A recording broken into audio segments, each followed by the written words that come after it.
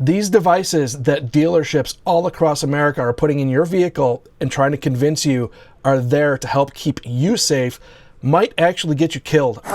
Listen, step out real quick, man.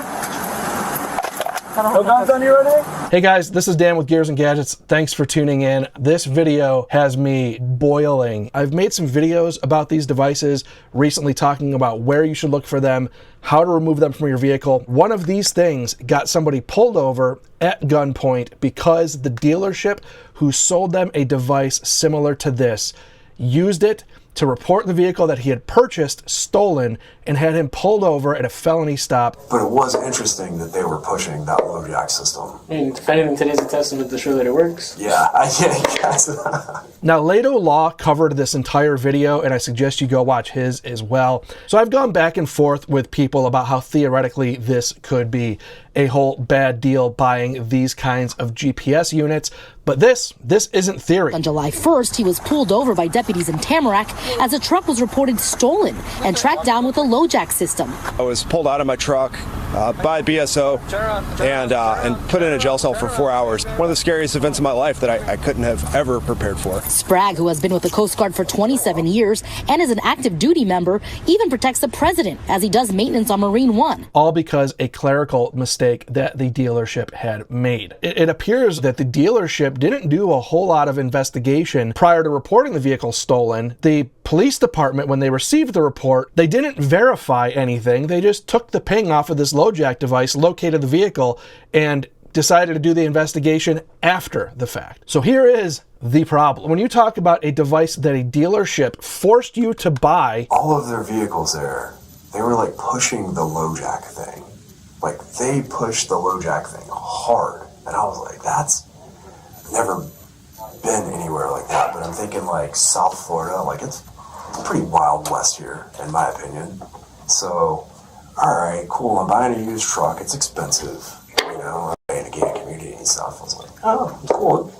That's probably handy to have on there. I mean, that's what I pay insurance for, but peace of mind. And people don't know any better. They assume, oh, I guess it's a theft device that'll really help me should my vehicle ever get stolen. And you can see in this interaction that is exactly what this gentleman who bought this truck felt, and that is exactly how this device was used against him. So what the purchaser of this vehicle is now doing is buying a device where the dealership can just go, hey, this thing is stolen. They can just pull up the location of that vehicle and just give it to the police in real time. This is why you do not want police work to be easier, because that means lazier. I mean, if anything, today's a testament to show that it works. Yeah, I guess. The police did virtually, apparently, no investigation until after they pulled this guy out at gunpoint and then decided to dig in. All it takes is one super lazy Karen at a very terrible car dealership who screwed up all of their paperwork to just go, yeah, that vehicle's stolen. Don't know. I'll just report it to the police, doing virtually no investigation internally, having all of that data readily available, and a lazy police department just taking it and going, oh, let's go get them. And that is how somebody well-respected within the Coast Guard ends up going from driving home to being pulled out of their vehicle at gunpoint. And when you're in that kind of situation, you are milliseconds away from a misunderstanding where there's either an accidental discharge, there could be a situation where a police officer thinks you're reaching for a firearm when you're actually reaching for your seatbelt.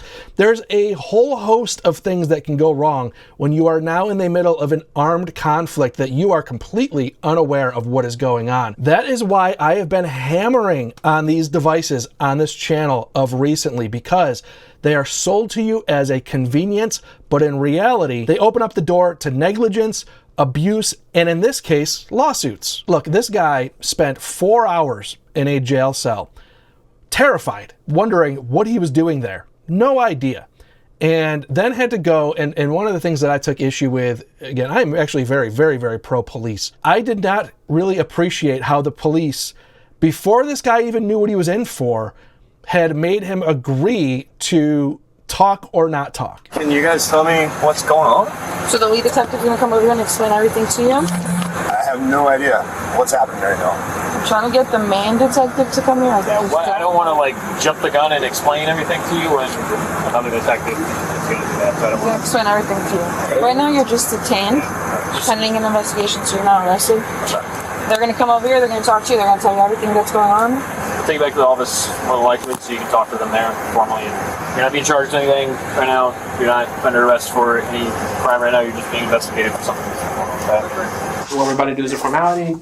You know, it's obviously regarding your Miranda rights. We need you to read every line. You have the right to talk to a lawyer for advice before we ask you any questions, and to have him with you during questioning. If you cannot afford a lawyer, we'll be appointed for you. Okay, can you initial next to each line? I'm willing to make a statement and answer questions. I do not want a lawyer at this time.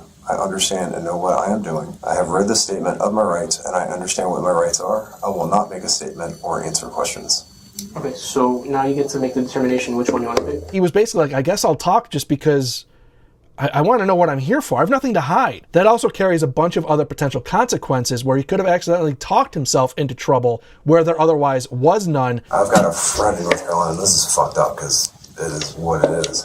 He got rolled on child like 3 weeks ago. And created a delay in his freedom where they would have said like, well, that makes even less sense. And then you see the police officer make a phone call to the sales rep, and you could tell that the sales rep was like, who are you talking about? Like, yeah, there's a conversation between you guys.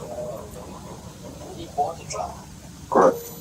Like he didn't recognize the customer's name, who, by the way, just had purchased this vehicle 2 weeks prior. And then after the fact, the dealership just tries to chalk this up as like, it was an isolated incident. It was a human error as a result of a paperwork mistake. And there was obviously no malice or no malicious intent here. It's not reflective of the level of service that Doral VW provides to its customers. And really, the dealership is committed to working towards a resolution.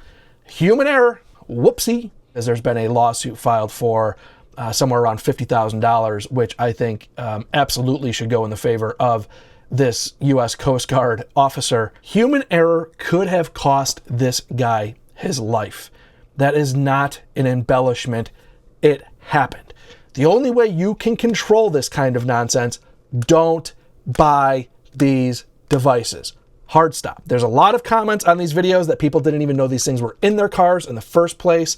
There's a lot of shady stuff going on at dealerships, and you should check to see if you have one of these in your car, because I think your safety is at risk if you do. And at the end of the day, these devices are redundant to the OEM systems. And I've seen a lot of comments from people that say your car already has tracking devices in it.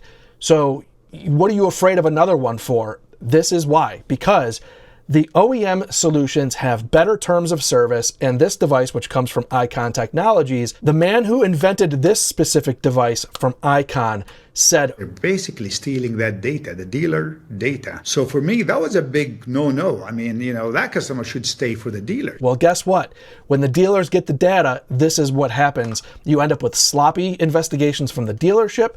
You end up with sloppy investigations from the police, and then you, the consumer, end up pulled over at gunpoint because the dealership is absolutely inept. So drop your thoughts and comments down below. If you've ever been pressured to buy a LoJack or an Ikon, especially in the last 10 years where OEMs already have these kinds of systems and theft recovery systems baked into their software in the computer systems.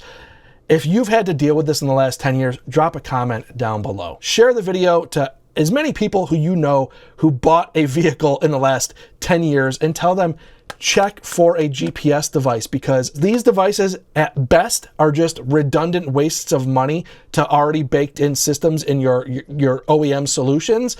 At worst, they are dangerous and rife for abuse, negligence, and potentially could get you in a lot of trouble. And that their dealerships are charging people for the privilege of being pulled from their vehicles at gunpoint because their clerical people in their dealership are unable to do paperwork. It's insane. This video fired me up today. Watching this today really fired me up. So with that said, thank you guys very much for tuning in. If this is your first time tuning in, please hit that subscribe button down below. Remember, likes go a long way to help support the channel. I'll see you guys next time.